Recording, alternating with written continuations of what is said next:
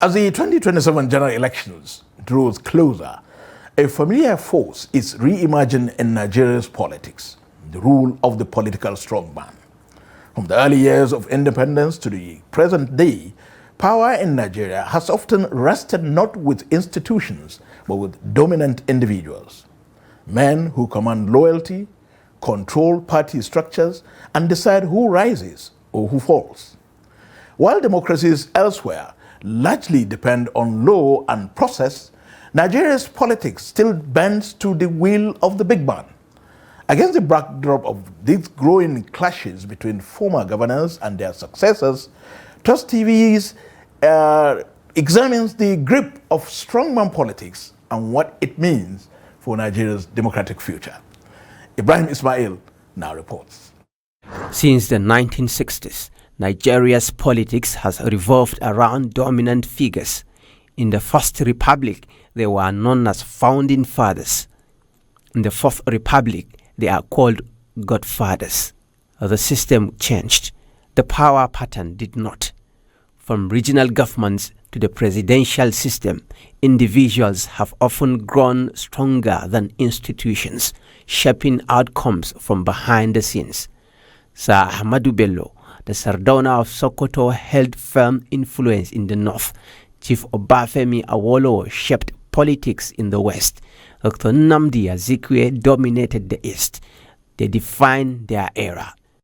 So they keep giving birth to one politician to another politician who wants to inherit and becomes a godfather. From that period to this 2026, as of January 7th today, you find out that every politician wants to be a godfather. Maybe a governor leaves the seat. He wants to bring in an anointing son or an anointed son so that he can become a godfather. But strongman politics did not end with the First Republic. By the early 2000s, a new class of power brokers emerged. Former governors, party financiers, and political bosses who installed successors, controlled party machinery, and dictated legislative outcomes.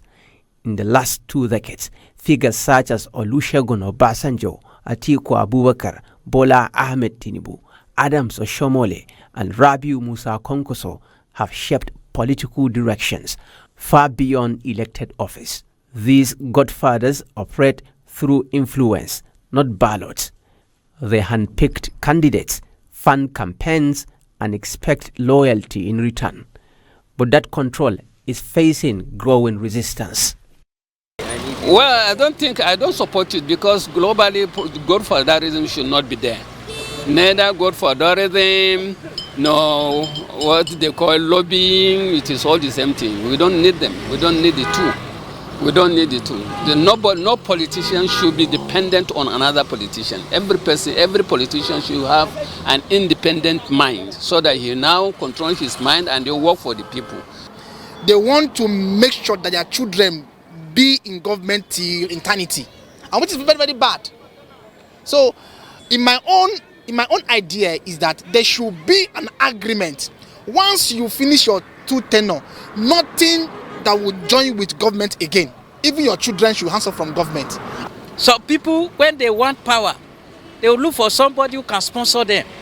Some deliberately go into agreement with some of those people.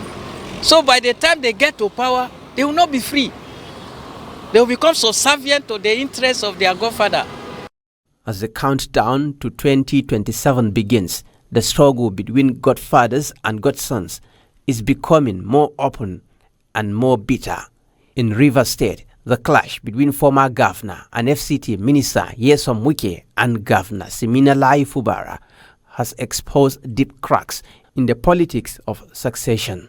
In Kaduna, the fallout between former governor Nasu El-Rufai and governor Ubasani has reshaped alliances. In Kano, tensions between Governor Abba Kabir Yusuf and his political benefactor Rabiu Musa Kwankwaso continue to draw attention. Across regions, former allies are turning against each other, not over policy, but over control. Analysts warn that the cost is borne by citizens. This is another form of statism. You've left office, but you have not left the office because you are indirectly controlling the person. It's another form of indirect colonization. Some people are so popular that they don't have the money to contest the primaries. But if that money they ought to use for the primaries, if they use it for a general election, they'll win. So that independent candidacy should be enshrined in our constitution. It will checkmate our political parties' excesses. In just 2 years, Nigeria has seen repeated power battles driven by personal interest, not public good. As strongmen fight to hold on and godsons push back, the question remains unanswered. Can Nigeria finally weaken the grip of political godfathers, or will strongman politics continue to shape its democracy?